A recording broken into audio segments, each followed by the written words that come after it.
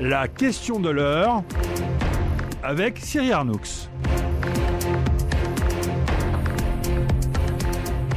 Bonjour, elle fait la pluie et le beau temps sur l'économie marocaine. L'agriculture et son facteur climatique pèsent lourd dans les modèles de croissance. Moderniser le secteur est donc une priorité. 5 ans après son lancement, y a-t-il déjà un effet Maroc vert? Quelles sont les nouvelles pistes de développement? Pour en parler avec nous aujourd'hui, Abdelkhalek Touami, bonjour. Bonjour. Économiste et consultant de Médien, vous enseignez à l'École nationale de statistique et d'économie appliquée et vous êtes entre autres spécialisé sur les questions de développement. À vos côtés, Najiba Kesbi, bonjour. Bonjour.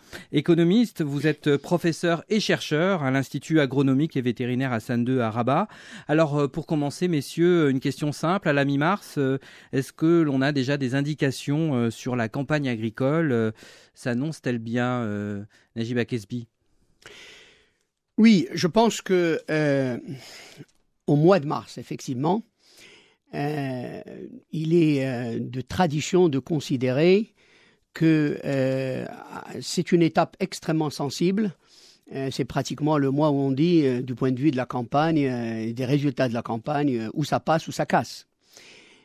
Pour l'instant, je pense que jusqu'au jour d'aujourd'hui, valeur aujourd'hui, les précipitations ont été dans l'ensemble plutôt satisfaisantes, correctement réparties dans le temps, moins peut-être dans l'espace, parce que c'est plus caractéristique de la partie, disons, nord ou centre-nord du pays. Le sud, je ne dis pas qu'il connaît des problèmes, mais pour l'instant, je crois qu'on ne peut pas dire que la situation, du point de vue des précipitations, entendons-nous bien, que la situation soit aussi satisfaisante. Donc, globalement, oui, jusqu'à aujourd'hui, la campagne semble évoluer positivement, de manière satisfaisante. Il reste que, évidemment, on n'est pas au mois de juin à la récolte et qu'entre-temps, il peut se passer des choses. Mais disons que si l'évolution reste comme elle est, sur le trend qui a été constaté jusqu'à présent, je crois honnêtement qu'il y a lieu d'être optimiste. Abdelkhalek Touami, vous partagez aussi cet optimisme mesuré? Oui, je le partage complètement, d'autant plus que Najib s'y connaît mieux que moi puisqu'il travaille à l'Institut, donc il a toute l'information, en tout cas l'information qui existe, qui malheureusement on n'a pas toutes les informations pour que l'on puisse répondre de façon catégorique, mais je crois que l'optimisme règne dans les compagnies marocaines, là où il y a de l'agriculture. Cette année, c'est clairement mieux que plusieurs autres années que nous avons connues. En particulier, c'est mieux que l'année passée. Et donc, on va rester optimiste. Et on va rester optimiste jusqu'au mois de juin. Où on va voir cette récolte qui, à mon avis, devrait être de loin meilleure que celle que nous avions vue en 2012, la campagne 2012. Alors pour s'affranchir au maximum de ces aléas climatiques, le Maroc s'est lancé depuis plusieurs années déjà dans la modernisation de son agriculture, on va y revenir. Le Maroc qui met aussi désormais en avant ses richesses et produits du terroir, ce fut le cas il y a quelques semaines encore à Paris, dans la plus grande ferme du monde, au Salon international de l'agriculture. Julie Rosselin était l'envoyée spéciale de Médien sur place, on l'écoute. Ce sont les stars de ce salon de l'agriculture, les produits du terroir. Et parmi eux, le cactus que Ahmed et sa coopérative de la province de Guelmim sont venus promouvoir. La confiture de cactus, nectar de cactus, le wild cactus. Nous sommes ici pour la publicité, la première chose, et pour ouvrir un grand souk pour mes produits. Effectivement, l'intérêt de la grande distribution envers ces produits, souvent labellisés de plus en plus réels. Il n'y a qu'à voir d'ailleurs les contacts qui se font dans les couloirs du salon. Et la filière a des objectifs bien précis définis dans le plan Maroc Vert. D'abord, trouver des voies d'accès au marché.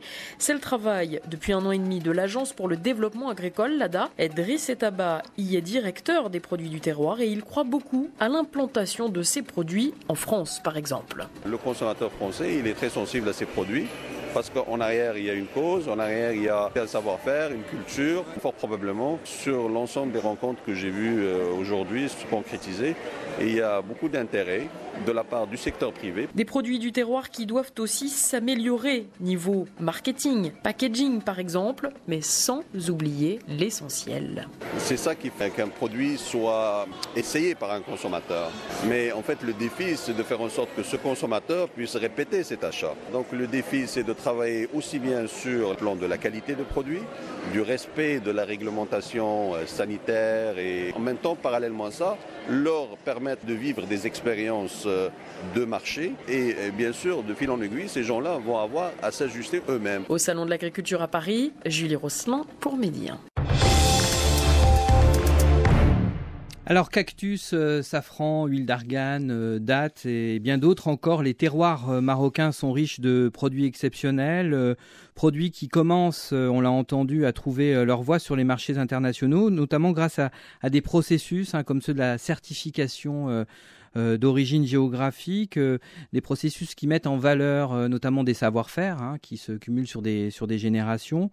On touche là au cœur d'une politique qui a un très fort potentiel de développement, Abdelkhaled Touami. Oui, c'est un potentiel certain, puisqu'il y a effectivement de l'histoire à produire ces produits-là dans toutes les régions du Maroc, certaines régions ne sont connues que par ces produits, comme vous dites, le safran, l'argan et j'en passe. Mais est-ce qu'on est encore dans une dimension complètement économique, dans le sens efficacité de la production jusqu'à l'écoulement?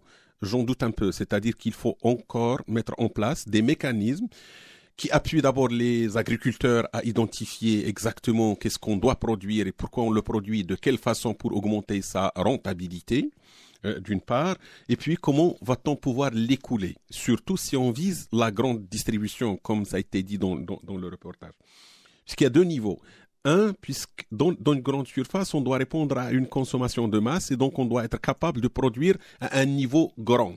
Si vous prenez un prospectus, un dépliant d'une grande surface qui offre un produit, vous ne pouvez pas dire qu'il est limité le premier jour où vous le mettez sur le marché. C'est-à-dire qu'on doit être capable de produire beaucoup. Donc ça, et je ne crois pas que nos paysans puissent suivre la demande si on arrive à inciter cette demande. De l'autre côté, pour d'autres demandes, puisqu'ils sont justement situés éloignés des villes, des circuits de transport, de logistique disponibles, il va être difficile de pouvoir tout écouler. Donc, vous voyez un peu le paradoxe. Soit qu'on écoule et on ne peut pas satisfaire toute la demande qu'on va pouvoir inciter, soit que nous produisons et nous n'arrivons pas à écouler cette production. Dernier point dans ça, c'est le coût à l'unité qu'on va produire lorsqu'on arrive à l'écouler. Est-ce qu'on est sûr d'être compétitif face aux produits, disons, qui ne sont pas terroirs et qui sont substituables dans le panier du consommateur. Et là encore, il y a des questions à se poser sur le plan économique. Est-ce qu'on est sûr de pouvoir viser sur ces trois plans? Satisfaire une demande qui peut être grande, plus grande que la production. Pouvoir écouler si nous produisons et on ne trouve pas de consommateur puisqu'on ne peut pas arriver à un marché, puisqu'il y a un marché qui est défaillant. Troisièmement, est-ce qu'on est compétitif du point de vue coût par rapport aux produits substituables? Najib Akesbi, vous partagez ce point de vue. Il y a entre les objectifs et aujourd'hui la réalité de ces produits du terroir encore beaucoup de travail à fournir. Oui, je crois que les questions qui viennent d'être soulevées, évidemment, sont essentielles. J'ajouterais, en fait, simplement, donc en complément par rapport à ce qui vient d'être dit, que deux ou trois choses qui me paraissent essentielles. D'abord, les produits du terroir, évidemment, tout le monde on est conscient, on est convaincu. Il y a une réalité, effectivement, du terroir qui est à valoriser. Et donc, le potentiel, le Maroc, effectivement, a une flore extrêmement diversifiée, riche, ça c'est connu. Et donc, le potentiel est important. Maintenant, effectivement, pour passer d'une activité qui peut être simplement, en fait, je dirais, artisanale, à une véritable activité économique. Et donc, générant une valeur ajoutée significative, capable effectivement de créer de l'emploi, de distribuer des revenus, précisément sur les territoires concernés, contribuer de manière significative aux exportations du pays. Je crois qu'il y a encore beaucoup de chemin. Les surfaces aujourd'hui qui sont concernées sont très faibles. Disons je ne parle pas de la production extensive. Du romarin, vous en trouvez dans l'oriental du Maroc, c'est des plantes sauvages. On ne parle pas de ça, on parle des produits des terroirs qui font l'objet d'une activité d'exploitation et donc de valorisation organisée. Même si on peut exploiter de manière organisée des plantes sauvages, mais on va en reparler tout à l'heure. Oui, mais je vous dis, pour l'instant, cette activité-là reste encore extrêmement limitée. Ça ne dépasse pas quelques milliers d'hectares lorsque on sait que la surface agricole utile du Maroc, elle dépasse 9 millions d'hectares. Hein. C'est vous dire que, me semble-t-il, quand on aborde la discussion sur la question de l'agriculture marocaine, il y a quand même le principal, c'est d'abord les céréales. Hein. C'est quand même les 2/3 des surfaces agricoles exploitées. Hein. C'est évidemment les légumineuses, les cultures industrielles, les fruits et légumes, les produits maraîchers, l'olivier, les agrumes. C'est ça, évidemment, le palmier dattier. C'est ça l'agriculture marocaine. Hein. Alors que dans ce cadre-là, il y ait des programmes de valorisation des produits du terroir, je trouve cela extrêmement important et positif. Mais, et c'est là où je rejoins aussi ce qui a été dit,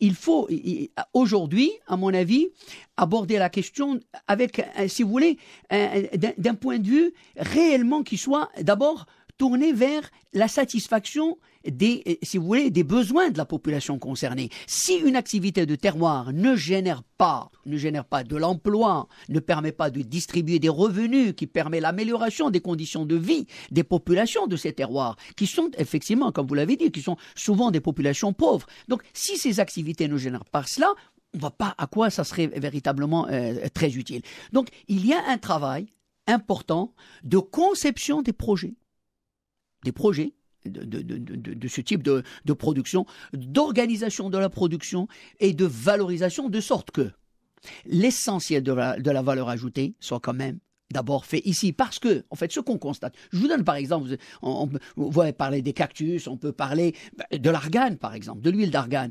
Mais vous savez qu'aujourd'hui, lorsque 1 litre d'argan sort de la région de Saouira, je ne sais pas, moi je dis un chiffre comme ça, sort à $1, il est vendu sur les marchés, dans les aéroports internationaux à 15, 20, 30, 40 $. Si vous dire que l'essentiel de la valeur ajoutée, en l'occurrence, va à l'extérieur, va dans les circuits de commercialisation, de distribution, et la population locale n'en profite pas beaucoup. C'est vous dire que ça ne doit pas, pour moi, être une fin en soi. Les produits du terroir, c'est très important, à condition que la population concernée en ressente vraiment les bienfaits. Alors, cette valeur ajoutée et ces retombées locales sur la population dans les régions concernées, on va en parler tout à l'heure avec un exemple très précis, notamment dans l'exemple des plantes médicinales et aromatiques. Mais avant, j'aimerais qu'on revienne sur un des 2 piliers du plan Maroc Vert, qui est l'agriculture solidaire, puisque ça peut être aussi un des chemins empruntés pour réduire ce hiatus que vous soulignez à l'instant, cette agriculture solidaire. Donc, on veut investir dans le cadre de ce plan Maroc Vert d'ici 2020 à peu près 20 milliards de dirhams. Les objectifs sont de justement répondre à 800 000 exploitants agricoles, d'où l'impérieuse nécessité pour le gouvernement d'impulser des projets année par année. Rien que pour l'année 2013, ce sont 112 projets qui sont annoncés par le gouvernement. Agriculture solidaire, qu'est-ce que ça veut dire concrètement, vous qui êtes un expert, Monsieur Touhami? Oui, alors l'agriculture solidaire, le mot, en fait, si on le généralise un tout petit peu, on tombe dans ce qu'on appelle l'économie solidaire, donc l'économie sociale. Dans cette économie sociale, au Maroc, la partie la plus importante se trouve dans les coopératives, et dans les coopératives, la partie la plus importante se trouve en agriculture. Cependant, lorsqu'on parle de solidaire, ça ne signifie pas les produits de terroir seulement. C'est beaucoup plus large que ça. Dans ce qui est solidaire, on peut trouver du lait, des vaches, de l'engraissage, de la commercialisation, de la participation à la culture, à la semence, tout ce que vous voulez. Donc, c'est plus large que ce que l'on pourrait entendre comme étant des produits de terroir. C'est la manière d'organiser la filière. C'est la manière d'organiser la filière qui, elle, est solidaire. Et lorsqu'on parle de solidaire, et il y a beaucoup de problèmes d'ailleurs, nous avons beaucoup de problèmes au niveau national dans cette définition de ce qui est solidaire et de comment les coopératives fonctionnent. Il y a quelques années, je crois 5 ou 6 années, il y avait même un problème sur la table. Doit-on fiscaliser les coopératives ? Et le ministère des Finances avait fait passer justement qu'il y a une fiscalité à partir d'un certain niveau, à partir d'un certain, appelons ça chiffre d'affaires pour les coopératives. Donc, on n'a pas une définition claire de ce que c'est exactement l'économie solidaire. Et donc, qu'est-ce que c'est que l'agriculture solidaire? Ça, c'est en termes juridiques, définition. Maintenant, est-ce qu'il y a beaucoup à gagner là-dessus? C'est sûr. L'agriculture et l'agriculture solidaire peut être une solution pour des agriculteurs, pour des paysans, pour concentrer leurs efforts, mutualiser leurs terres, leurs moyens, puisqu'ils ne peuvent pas être mécanisés tous en même temps, mais si on se mettait ensemble, on peut arriver, et ça pourrait augmenter et la production, et la productivité, la valorisation des terres, l'accès au marché, le partage des coûts, le partage des bénéfices. Donc je crois qu'effectivement l'économie solidaire ou l'agriculture solidaire telle que définie dans le deuxième pilier de Maroc Vert est une option importante, puisque sinon on va s'intéresser juste au premier pilier et on va être une agriculture extravertie qui n'est pas très, je mettrais entre guillemets, démocratique pour les petits agriculteurs. Donc, je crois que le deuxième pilier est important. Maintenant, il faut le réfléchir. Et évidemment, il est beaucoup plus large que ce qu'on peut entendre par produit terroir.